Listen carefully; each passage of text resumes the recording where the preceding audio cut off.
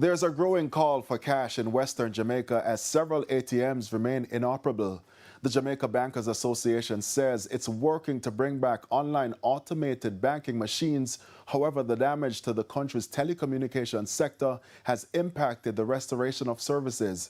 In the meantime, the National Commercial Bank, NCB, has reopened its Negril and Bay West branches. Our reporter Kimberly Petty spoke with a resident who explained how the lack of cash has been impacting citizens out west. How early were you here this morning? 8 o'clock. 8 o'clock this morning. And get through after 12. What was the process like? Boy, long. People have give people card. And give the number for using card. If you take out draw them money, all is in there. People are cost for use. What kind of food is join the line?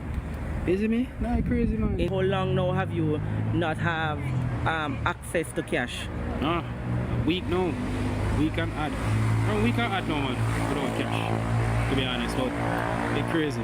Talk to me about how did you hear that the ATM, the NCB ATM up here was... to be honest, I did not hear, basically I just drive, drive and just come to check. And how happy were you when you got the money? Boy, me can't say. Words can't explain. Words can't explain. I want you to explain to people who are in other parishes who have not been affected what is happening here in Westmoreland.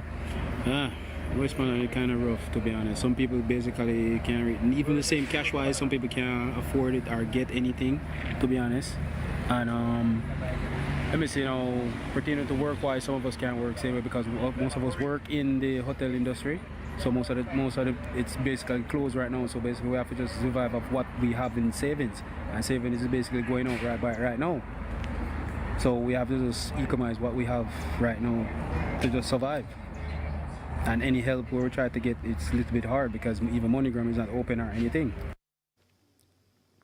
Global data analytics provider Verisk is estimating that Jamaica's insured property losses from Hurricane Melissa could range between $2.2 billion and $4.2 billion.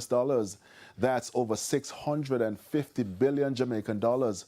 However, local insurance providers are yet to release data on insured property losses.